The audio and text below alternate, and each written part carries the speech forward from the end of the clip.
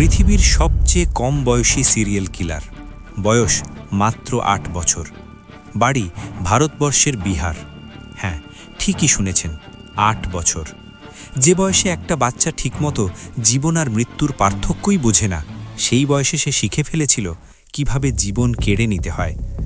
২০০৭ সালে বিহারের বেগুসারাই জেলার এক ছোট্ট গ্রাম আচমকা আতঙ্কে কেঁপে উঠেছিল, কারণ সেখানে ধরা পড়েছিল এক সিরিয়াল কিলার। কিন্তু পুলিশ যখন তাকে সামনে এনে বসায়, তখন ভিড়ের মধ্যে এক অদ্ভুত নীরবতা নেমে আসে, কারণ সেই সিরিয়াল কিলার ছিল এক ছোট্ট ছেলে। ভগবানপুর পুলিশ স্টেশনের ভেতরে চেয়ারে বসে আছে সাদা স্যান্ডো গেঞ্জি আর হাফ প্যান্ট পরা এক শিশু।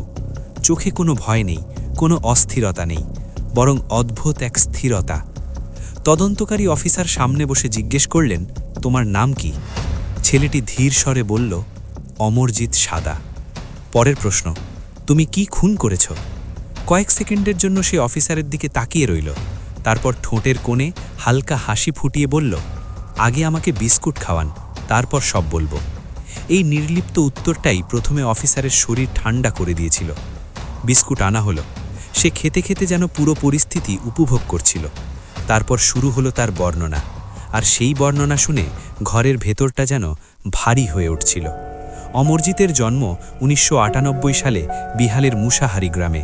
দরিদ্র পরিবার, বাবা মা দিনমজুর, সংসারে অভাব ছিল চিরস্থায়ী। ছোট থেকেই সে ছিল চুপচাপ, অন্য বাচ্চাদের সঙ্গে খেলত না, একা একা ঘুরে বেড়াত, পুকুর পাড়ে বসে থাকত। অনেক সময় দীর্ঘ নীরবতা ভেতরে জমে থাকা অদ্ভুত চিন্তার ইঙ্গিত দেয়, কিন্তু সেটা কেউ বুঝতে পারেনি।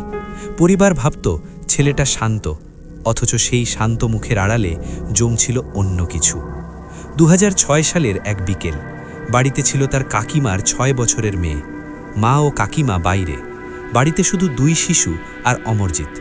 প্রথমে সে মেয়েটিকে চিমটি কাটে, মেয়েটি কেঁদে ওঠে, আর সেই কান্না শুনে অমরজিতের চোখে ফুটে ওঠে আনন্দের ঝিলিক।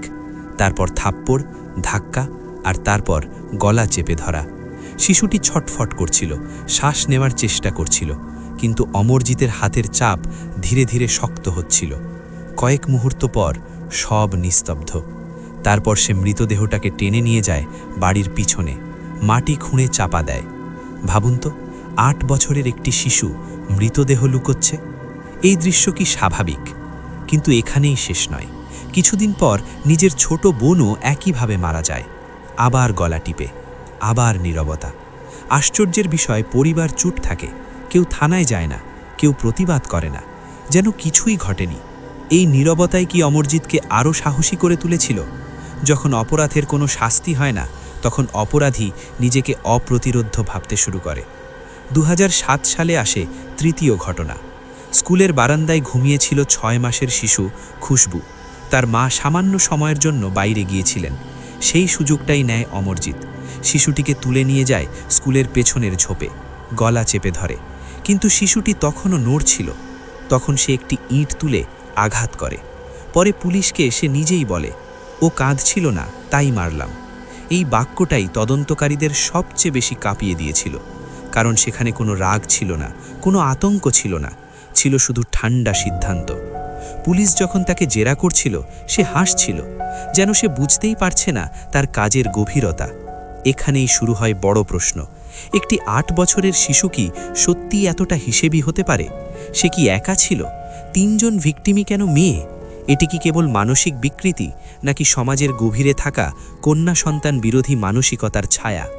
কিছু মানুষ সন্দেহ প্রকাশ করেছিলেন অমরজিৎ হয়তো ছিল এক ঢাল, কিন্তু প্রমাণের অভাবে সেটি থেকে যায় কেবল তত্ত্ব। মনোরোগ বিশেষজ্ঞরা জানান তার কন্ডাক্ট ডিসঅর্ডার ছিল, যেখানে সহানুভূতি কমে যায়, অপরাধ বোধ থাকে না, অন্যের যন্ত্রণায় আনন্দ জন্মায়।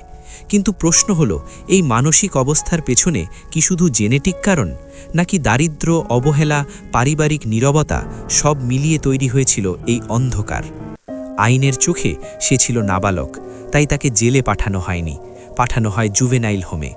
বছর কেটে যায়, চিকিৎসা, পর্যবেক্ষণ, বড় হয়ে ওঠা। ২০১৬ সালে ১৮ বছর পূর্ণ হলে তাকে মুক্তি দেওয়া হয়। নতুন নাম, নতুন পরিচয়, নতুন জীবন। আজ সে কোথায় আমরা জানি না।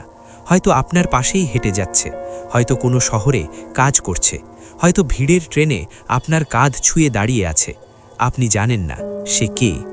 এই গল্প শুধু এক শিশুর অপরাধের গল্প নয়, এটি আমাদের সমাজের গল্প, এটি আমাদের অবহেলার গল্প, এটি সেই নীরবতার গল্প যা অপরাধকে জন্ম দেয়।